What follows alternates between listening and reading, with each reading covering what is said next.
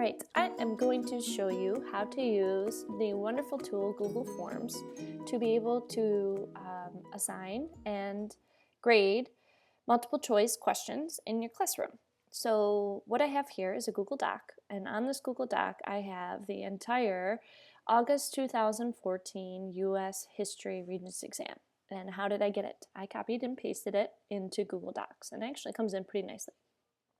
What I did, however, do was add some tags to the beginning of some of these questions, and I tagged them with themes, learning objective themes of U.S. history. So, and I only did government. So I have this nice handy dandy spreadsheet I created with some themes of government, colonial governments, the American Revolution, the Articles of Confederation and the Constitution, etc. And so I'm going to tag questions. I have tagged questions from this exam to those themes. That way, when my students respond, I can kind of pinpoint the theme or the sub-theme of a major theme or the standard that they're struggling with and be able to address those gaps.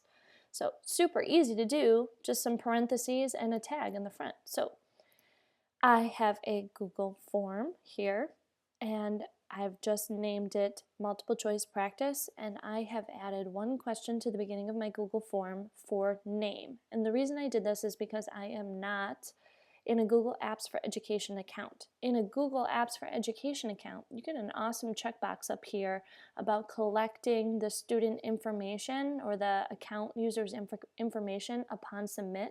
So if you just check that box, you don't necessarily have to have this question here for name. I added it. You can see what it looks like in a second. So I'm going to go ahead and click Add Item here, and I'm going to do a multiple choice question. And now it is a simple copy and paste of the question into the form.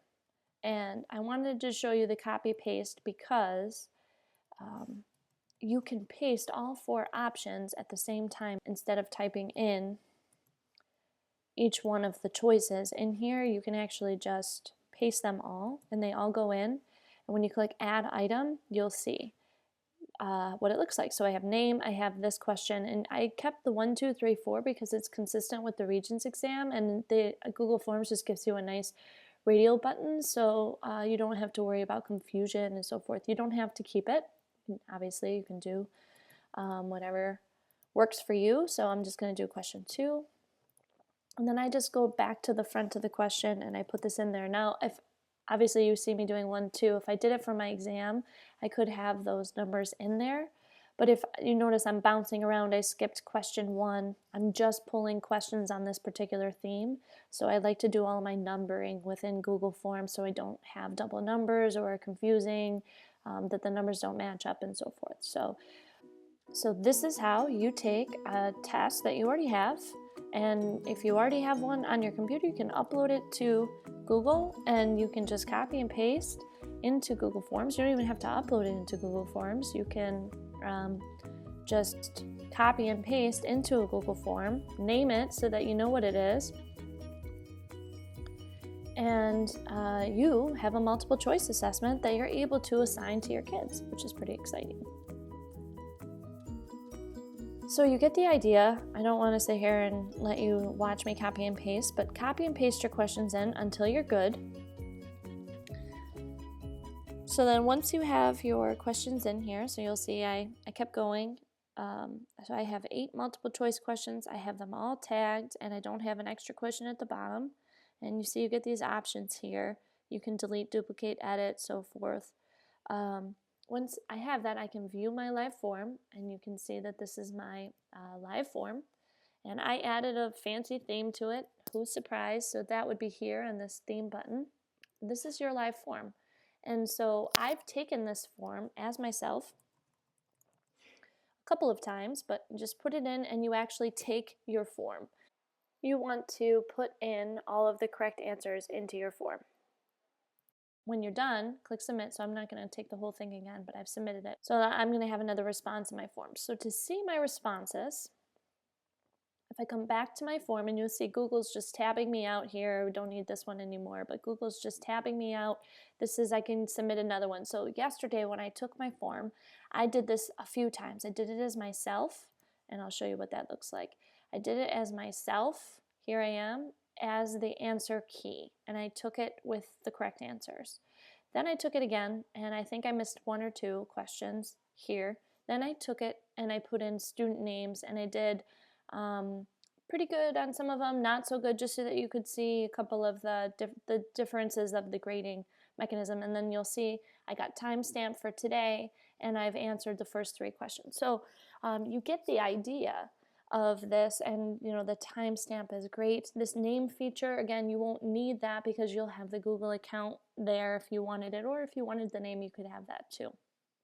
So now I have this form responses. I want to grade it. So why is this so much better than doing this in paper pencil? Because I have an add-on that will grade my form automatically for me, and I am going home paperless for the weekend and not grading Friday quizzes.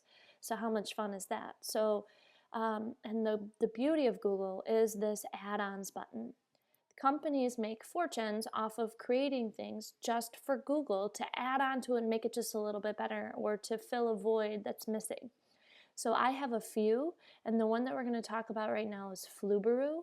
If you don't have Flubaroo, go to the bottom where it says Get Add-ons, and here's the add-ons that are available for Google Sheets. And if you're doing this from the form, you're not going to get it because this only works in the sheet that has accepted the responses for your form. So if you see here, Flubaroo, it's the big one with the apple. Mine says manage. Yours will say free with a blue plus sign, like add it. So if you don't have it, go ahead and add it. I have it, so the only thing I can do is manage my add-on from here. There's a few settings and things that you can change. So once it installs, your add-on's going to show up here. And to grade your assignment, you just go to Flubaroo and you say, grade assignment. It's going to let you assign a point value to your questions, and then you click continue. So if you had varying point value questions, you could do that. It's going to then ask me for which is the answer key, so that should be me, and you want to make sure you've taken the quiz with the correct answers. There isn't like an asterisk feature that'll give you the right answers, unfortunately, like you would in like an exam generating software. So I took it yesterday with the correct answers. I click continue. It's going to grade it, and oh, my grading is complete, and here's my grades. And so now you'll see I have everyone's submissions, and now I have everyone's grades in this tab at the bottom. And look at that. How awesome is that?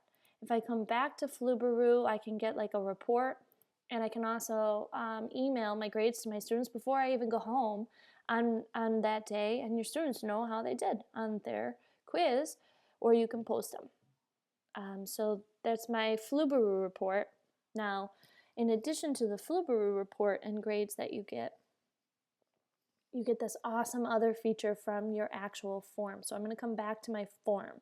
So your form is linked to this spreadsheet, and it happens when you click View Responses, and the first time you do it, it creates a spreadsheet for you. You choose how it collects those responses.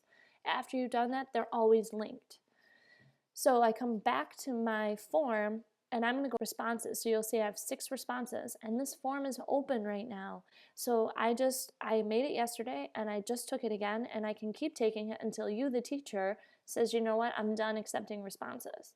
So right now I can go to summary of responses, and this is a pretty cool tool. And this is the reason why I did all of that learning standard and theme tagging to my form. And look at that. This is pretty awesome. So everybody loves a nice little graphic, right?